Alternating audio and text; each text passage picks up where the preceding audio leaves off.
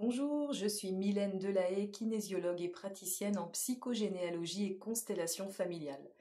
Aujourd'hui, je vous parle d'un sujet qui, je le sais, va faire beaucoup parler dans les réactions et les commentaires, mais je me lance, c'est mon point de vue, c'est basé sur effectivement mon expérience, mon ressenti, mais aussi sur les retours que j'ai des personnes que j'accompagne, et puis sur mes convictions à moi. Donc, j'insiste sur le fait que ce que je vais vous dire n'est pas la réalité de tout le monde, mais bien la mienne, et merci s'il vous plaît de ne pas mettre de commentaires déplacés ou virulents, parce que chacun peut avoir un point de vue que je respecte tout à fait. En tout cas, je souhaite vous parler du pardon. J'accompagne des personnes depuis plus de 10 ans, et ce dont je me suis rendu compte, c'est que le pardon, le fait de ne pas pouvoir pardonner à une personne qui nous a fait beaucoup de mal, ça vient sur le long terme ronger, grignoter la personne. Concrètement, quand on n'est pas en capacité de pardonner à une personne qui nous a fait du mal, ben forcément, c'est parce qu'on est en colère contre elle, on n'arrive pas à outrepasser cette colère. Et la colère est une émotion qui n'est pas censée rester en nous. C'est une émotion qui est censée durer de façon très courte et donc ensuite s'en aller.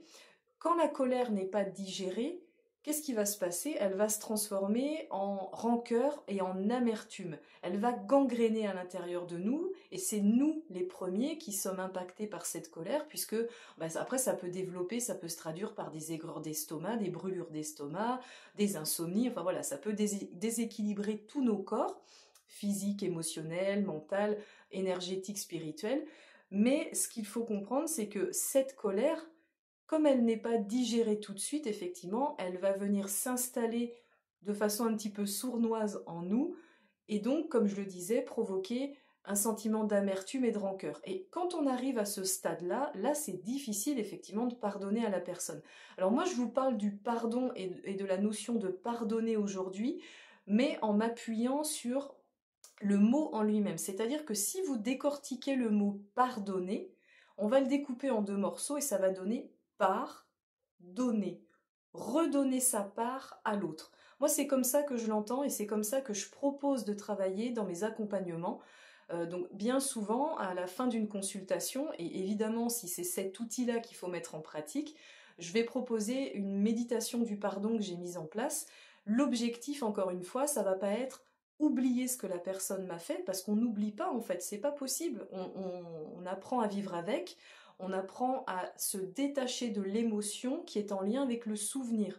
L'objectif du pardon, pour moi, c'est venir se détacher, redonner sa part à l'autre, de façon à se délester de ce poids que l'on porte pour l'autre, et de façon à ce que lorsqu'on repense à cet événement qui a été difficile, qui a été violent par exemple avec une personne, qu'on n'ait plus cette émotion de rancœur, de rage, de haine. Donc j'ai bien conscience que pardonner à quelqu'un c'est extrêmement difficile, j'en ai parfaitement conscience.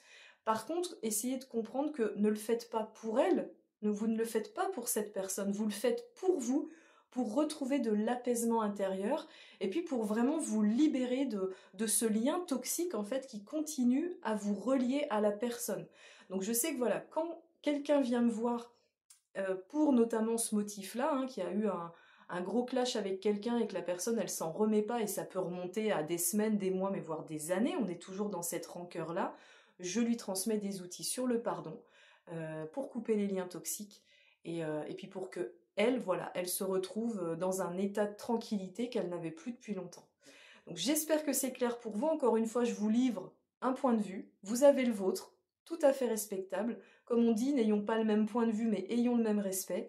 Si vous souhaitez avoir plus d'informations, je vous invite à me contacter par mail mdkc39@gmail.com.